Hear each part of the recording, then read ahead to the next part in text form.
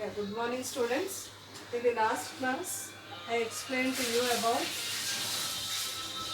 optimal, alternate optimal solution. I told you in my last videos, I told you in big M method, we will have different types of solutions.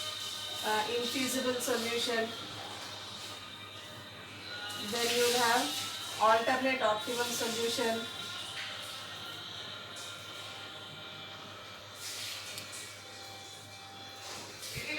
then you have unbounded solution.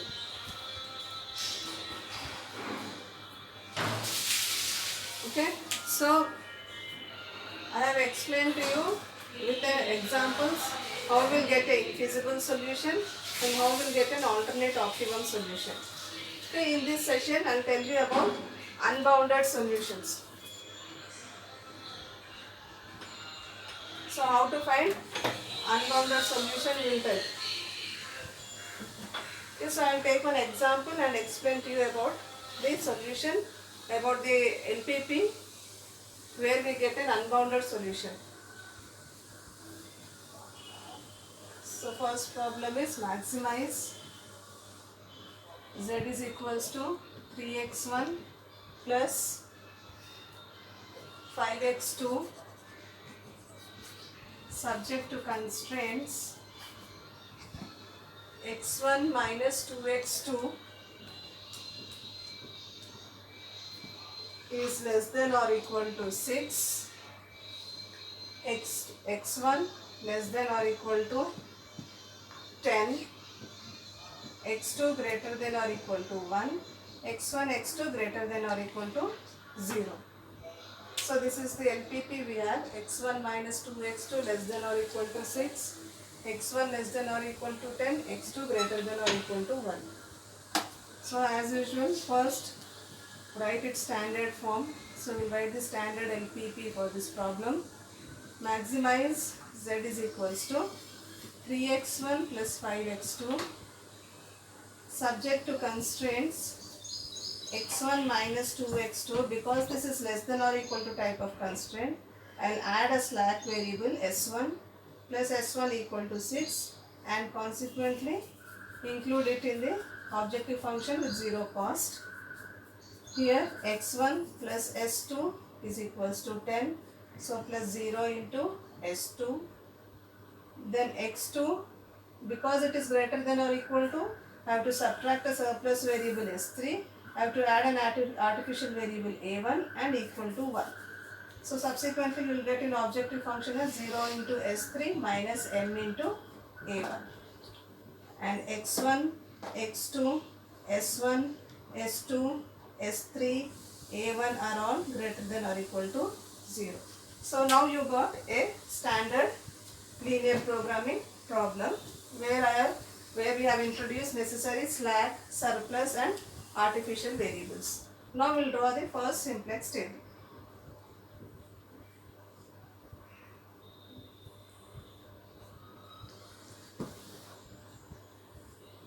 So CB, XB, BI and here you will have ratio.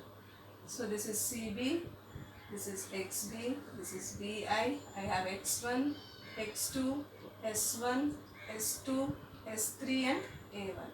This is CJ. Now here if I write the matrix form of which variable I should write in XB, so it's better if you write the matrix form of this constraints, standard LPP constraints. So here x1 is 1, 1, third constraint you don't have x1 so 0, x2 first constraint minus 2, second constraint you don't have 0, third constraint you have 1, so write here coefficient as 1, s1 in first constraint its coefficient is 1, in second and third constraints you don't have s1, so I'll write zeros. Similarly s2 first constraint you don't have so write 0, second constraint you have s2 so write 1, its coefficient is 1, third constraint you don't have s2 so this will be 0. Similarly s3 you don't have in first two constraints so it will be 0, 0. Third constraint coefficient of s3 is minus 1 so I'll write minus 1.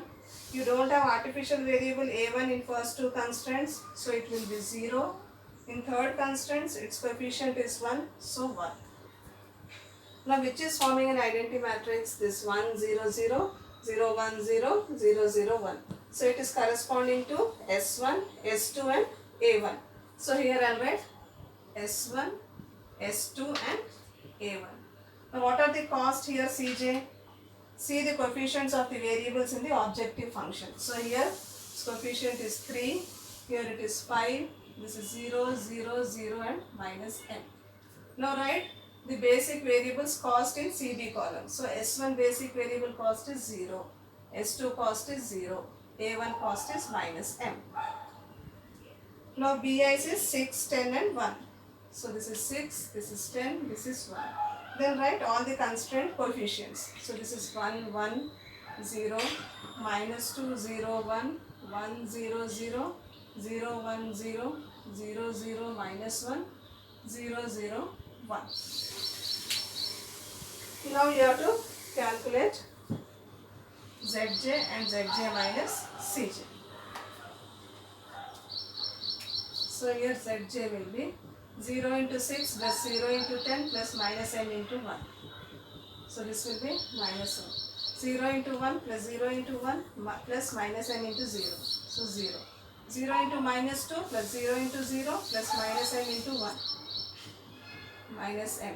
0 into 1 plus 0 into 0 minus m into 0. So this will be 0. Similarly this will be 0. This will be m. This will be minus m. Now find Zj minus Cj, net evaluations. 0 minus 3, minus m minus 5, minus m minus 5, 0 minus 0, 0, 0 minus 0, 0, m minus 0, m, minus m, minus of minus m will be 0. So here the most negative is minus m minus 5. So corresponding variable is x2. So this will be the entering variable. Now you find ratio. So you have to find ratio between BI and the most negative column. So this is BI and most negative column is this. So you'll get 6 by minus 2 because it is negative.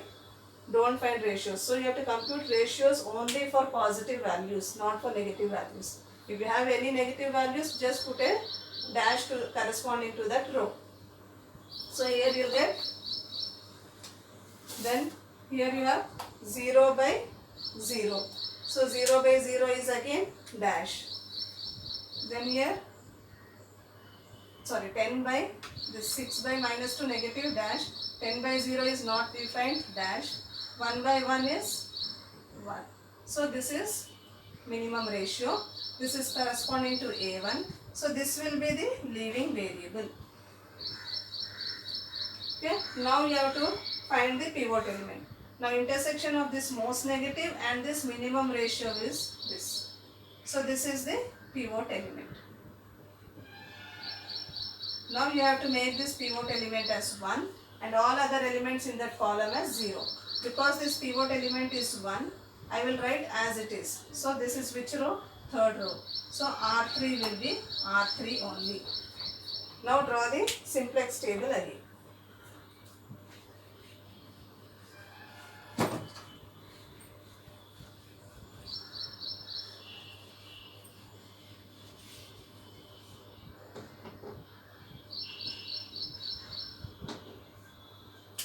So I will be drawing here again the simplex table. CB, XB, BI and here ratios. So this is CB, XB, BI, CJ is X1, X2, S1, S2, S3. Because the artificial variable is leaving the basis, no need to write in the next simplex table. Now the basic variables are S1, S2 and X2. These costs are 3, 5, 0, 0, 0. So here 0, 0 and 5. Now I said R3 will write it as R3 only. So how I will write? This as 1, 0, 1, 0, 0, minus 1. Close it. Now R2. What is R2? See here, we whichever values elements are there in the pivot column, that should be 0 except pivot element. So this is, since in second row it is already 0, I'll write R2 as R2 only. So this will be 10, 1, 0, 0, 1, 0. Then R1. How I'll write R1? R1 is minus 2. Now I should make this minus 2 as 0. Well, it will be, I have to make this minus 2 as 0 using this one. So I should multiply this with 2 and add to this. So R1 will be R1 plus R2. So what is R1 here? 6. 6 plus 1, 7. 1. 1 plus 0, 1. Minus 2. Minus 2. Sorry, this is R1 plus 2R2. So R1 plus 2R2 means R1 is 6 plus 2R3, because this is the pivot row you have to use. So R1 is R1 plus 2R3. So here R1 first value is 6. 6 plus 2 into 1. So 6 plus 2 into 1. So 6 plus 2 you will get 8. So this is 8. Similarly R1 first value is 1. So here 1 plus 2 into R3 value is 0. So you will get here 1. Similarly here you have minus 2. So minus 2 plus 2 into R3. R3 is, corresponding R3 is 1. So this will be 0. Next you have 1. So 1 plus 2 into corresponding R3 is 0. So you will get 1. Next you have 0. 0 and R3 is also 0. So this will be 0. Here you have 0. So 0 plus 2 into, here you have minus 1. So this will be minus 2. Now check whether your transformations are correct or not. Okay. For S1 we should have 1 0 0, S2 0 1 0, X2 0 0 1. That means your transformations are correct. Now again calculate Zj. So 0 into 8 plus 0 into 10 plus 5 into 1 is 5. 0 into 1 plus 0 into 1 plus 5 into 0 is 0. 0 into 0 plus 0 into 0 plus 5 into 1, 5. 0 into 1 plus 0 into 0 plus 5 into 0. So 0. Similar, this is 0. This will be minus 5. Now find Zj minus Cjs. Find Zj minus Cjs. What you will get here? 0 minus 3. Minus 3. 5 minus 5. 0. 0 minus 0. 0. 0 minus 0. 0. Minus 5 minus 0. Minus 5. Now here which is the most negative? Minus 5 is the most negative. Okay. Now S3 should enter the basis, XB column. To find that you should find the ratio. But to find the ratio, here you are seeing that in this most negative column, corresponding to this most negative column, all the entries in that column are negatives or zeros. Okay. That means this problem has an unbounded solution. So what we will write? Since all the elements corresponding to the most negative column, that is S3, are negative and zeros, implies the given LPP has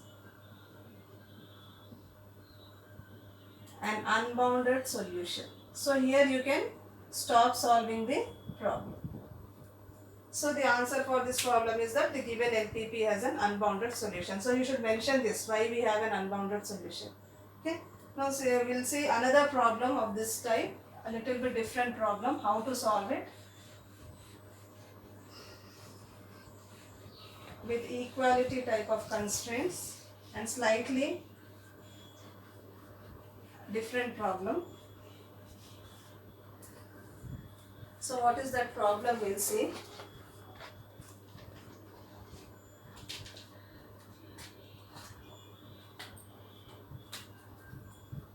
Maximize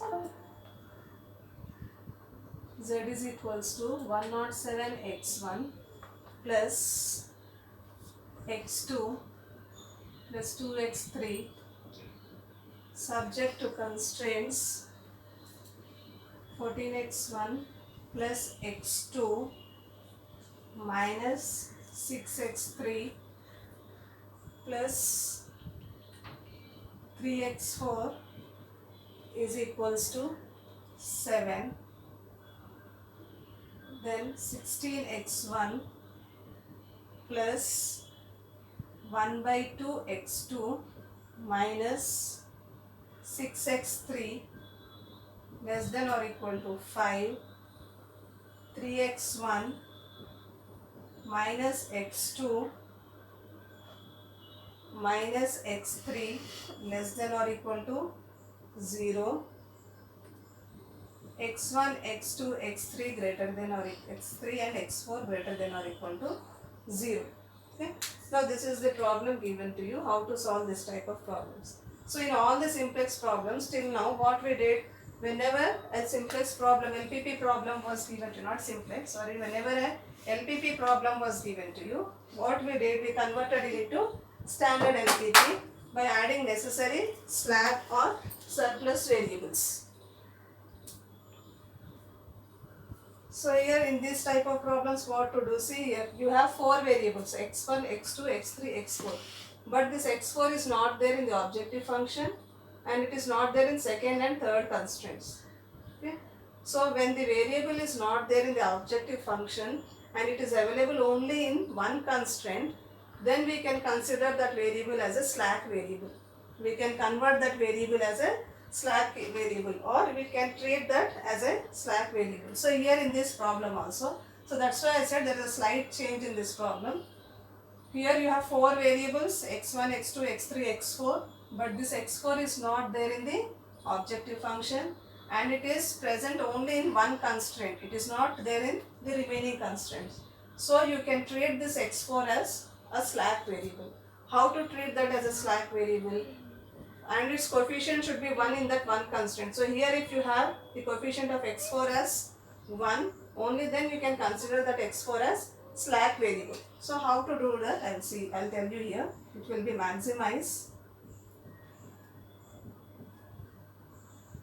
So I'll write that also, since x4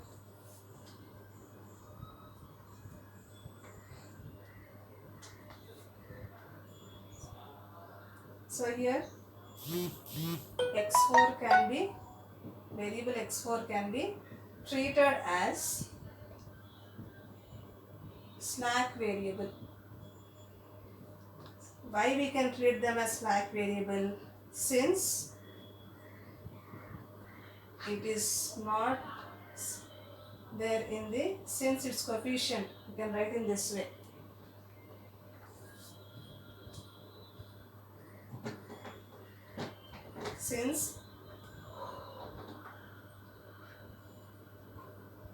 Since its coefficient in the objective function is 0. Objective function is 0 and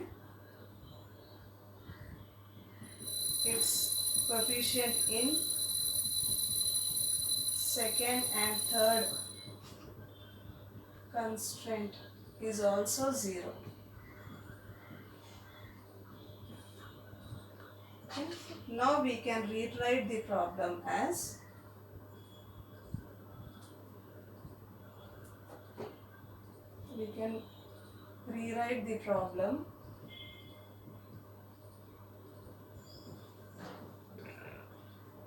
by converting its coefficient, by converting the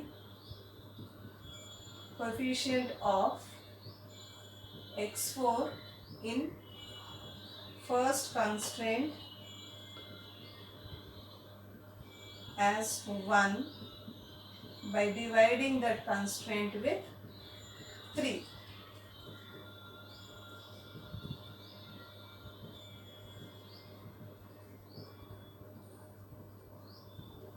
So why we have to make the coefficient of x4 in the first constraint as 1? So that we get an identity matrix. Okay. Now what will be the modified problem now? So maximize z is equals to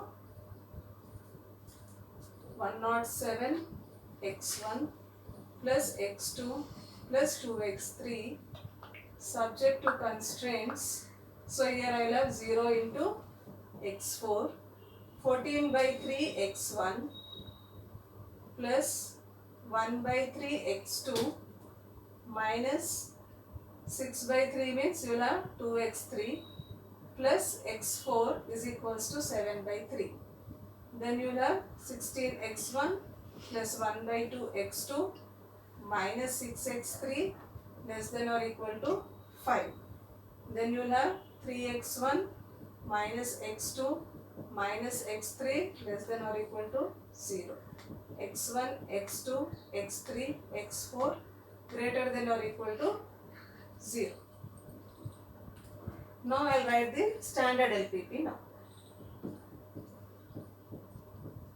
So here now I got coefficient of x4 in the objective function is 0 and its coefficient in this second and third constant is also 0, and in the first constant the coefficient of x4 is 1. So standard LPP will be now maximize z is equals to 107 x1 plus x2 plus 2x3 plus 0 into x4 subject to constraints 14 by 3 x1 plus 1 by 3 x2 minus 2x3 plus x4 is equals to 7 by 3. This will be 16x1 plus 1 by 2 x2 minus 6x3, because this is less than or equal to, I am adding a slack variable s1 equal to 5. Then 3x1 minus x2 minus x3, again another slack variable s2 equal to 0. x1, x2, x3, x4, s1, s2 greater than or equal to 0. Now we got the standard LPP. Next I will draw the simplex table, first simplex table, and simplify it. Same usual procedure till you get the solution or there is an indication of unboundedness.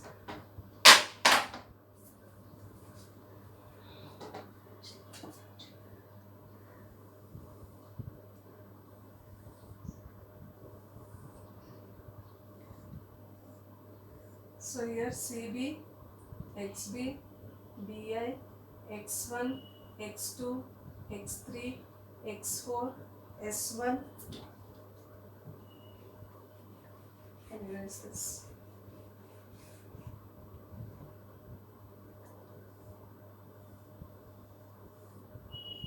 S2. And here we have ratio. And this is CJ. Now write the matrix form of these constraints. You have the variables as x1, x2, x3, x4, s1, s2. So x1 coefficient is 14 by 3, 16, 3. x2 coefficients 1 by 3, 1 by 2, minus 1. Here minus 2, minus 6, minus 1. x4 first constant 1, then last two constants you don't have, so 0, s1 0 1 0, s2 0 0 1. So here which is forming the identity matrix? 14 by 3, 16, 3, 1 by 3, 1 by 2, minus 1, minus 2, minus 6, minus 1, correct. So here x4, s1, s2 are forming the identity matrix, so they are the basic variable x4, s1 and s2. Cj values are, so here also you need to write 0 into s1 plus 0 into s2. Cj values are 107, then you will have 1, 107, 1, then this is 2, and all these are zeros. So here I will write 0. Bi values are 7 by 3, 5 and 0. Now fill up this. 14 by 3, 16, 3. 1 by 3, 1 by 2, minus 1. Minus 2, minus 6, minus 1. 1, 0, 0, 0, 1, 0, 0, 0, 1. Now Zj. So 0 into this plus 0 into this plus 0 into this will be 0. That means each column you have to multiply with the CB values and add it. So all these will be zeros because in CB column you have all zeros. Then write Zj minus Cj. 0 minus 107 is minus 107. This is minus 1, minus 2, 0, 0, 0. So which is the most negative now? So as we can see, the most negative column is minus 107. So here correspondingly it is x1. So x1 will enter the basis. Now to find ratio, you should divide bi with this most negative column x1. So 7 by 3 divided by 14 by 3. How much you will get? 7 by 3 divided by 14 by 3. So this one will give you 1 by 2. That is 7 by 14 is 1 by 2. Similarly, 5 by 16. Okay. So second one will be 5 by 16. Next one 0 by 3. 0 by 3 is 0. So this is the minimum one. So correspondingly S2 will leave the basis. So in place of S2 you will get x1. Now intersection of this most negative and this minimum ratio is 3.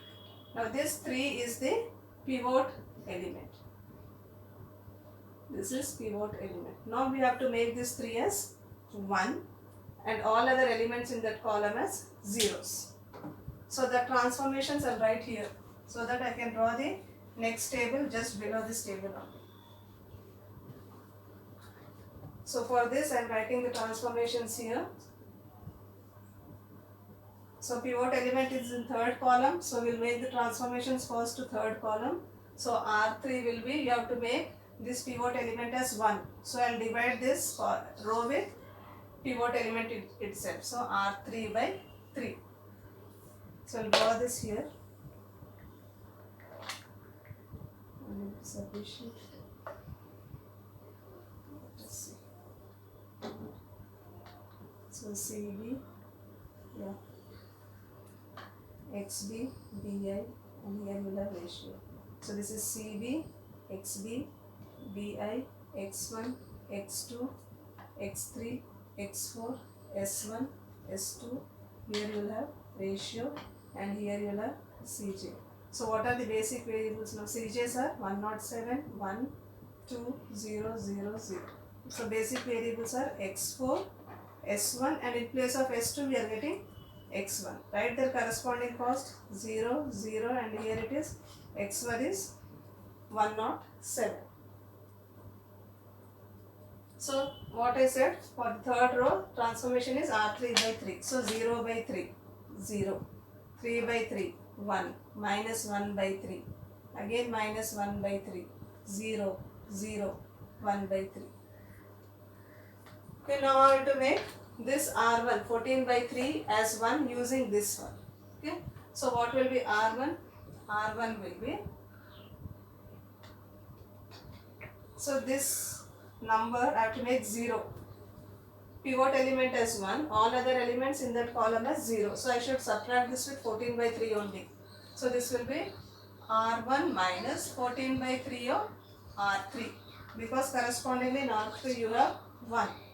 So here from here I will start. So 7 by 3 minus 14 by 3 into R3 value, its corresponding R3 value is 0. So this will be 0. You will get only 7 by 3. Next, here you have for x1 it is 14 by 3. So 14 by 3 minus 14 by 3 into R1 value. Corresponding R1 value is x1 is 1. So here I will get 0. Then x2 for R1 it is 1 by 3 minus 14 by 3 into, for R3 it is minus 1 by 3. So I will write here minus 1 by 3. So I will get 1 by 3 plus 14 by 9. So how much I will get? 17 by 9. So this will be 17 by 9. Similarly x3 in R1 is minus 2. So minus 2 minus 14 by 3 into x3 in R3 is again minus 1 by 3. So here also I am getting minus 1 by 3. So this will be minus 2 plus 14 by 9. So minus 2 plus 14 by 9 means how much you get? Minus 4 by 9. So this is minus 4 by 9. In x4 for r1 it is 1, for r3 it is 0, so I will get only 1. S1 r1 is 0, r3 is 0, so 0. S2 r1 is 0, r2 is 1, r3 is 1 by 3. So 0 minus 14 by 3 into 1 by 3. So I will get minus 14 by 9. Now this we got for R1 values. Next we have to do for R2. For R2, what you have to do? What are the transformations? For R2, this 16 you should make it as 0 using this one. So what I'll write? R2 is R2 minus 16 into R3 because that is the most negative row. So R2 value is 5. 5 minus 16 into R3 value corresponding value is 0. So what I'll get here? 5 only. X1 value in R2 is 16. 16 minus corresponding value of X1 in R3 is 1. So I'll get here 0. Similarly, X2 value in R2 is 1 by 2. Minus 16 into X2 value in R3 is minus 1 by 3. So I'll get 1 by 2 plus 16 by 3. So when you simplify that 1 by 2 plus 16 by 3, you will get 35 by 6. Similarly, X3 value in R2 is minus 6 plus 16 into, minus 16 into corresponding X3 value in R3 is minus 1 by 3. So you get minus 6 plus 16 by 3. So minus 6 plus 16 by 3 you will get minus 2 by 3. Similarly, X4 value in R2 is 0 and R3 is also 0. So this will be 0. Then S1 value in R2 is 1. S1 value in R3 is 0. So this will be 1. S2 value in R2 is 0. S2 value in R3 is 1 by 3. So 0 minus 16 into 1 by 3. So you will get minus 16 by 3. Now these are the values you got. Now you find Zj. So Zj will be 0 into 7 by 3 plus 0 into 5 plus 107 into 0. 0.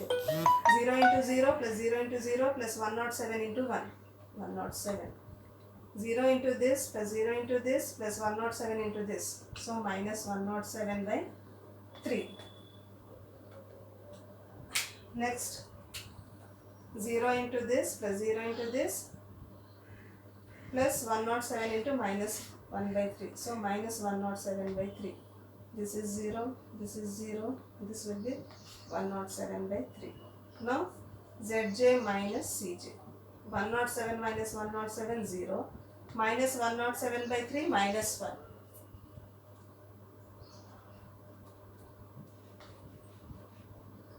So here minus 107 by 3, minus 1. So minus 107 minus 3 by 3. You will get minus 110 by 3. Similarly, minus 107 by 3, minus 2. So if I write minus 2 here, I will get 6. So this will be minus 113 by 3. 0 minus 0, 0. 0 minus 0, 0. 107 by 3 minus 0, 107 by 3. So which is the most negative here? Minus 113 by 3 is the most negative. But what are its elements corresponding to that column? All are negative values. So when all are negative values, it implies that the given problem has an unbounded solution. So you write the conclusion as, since all the elements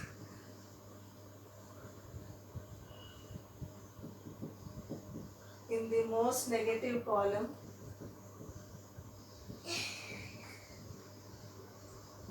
are negative, implies the given LPP has an unbounded solution. Okay. So these are the two different types of problems we have solved.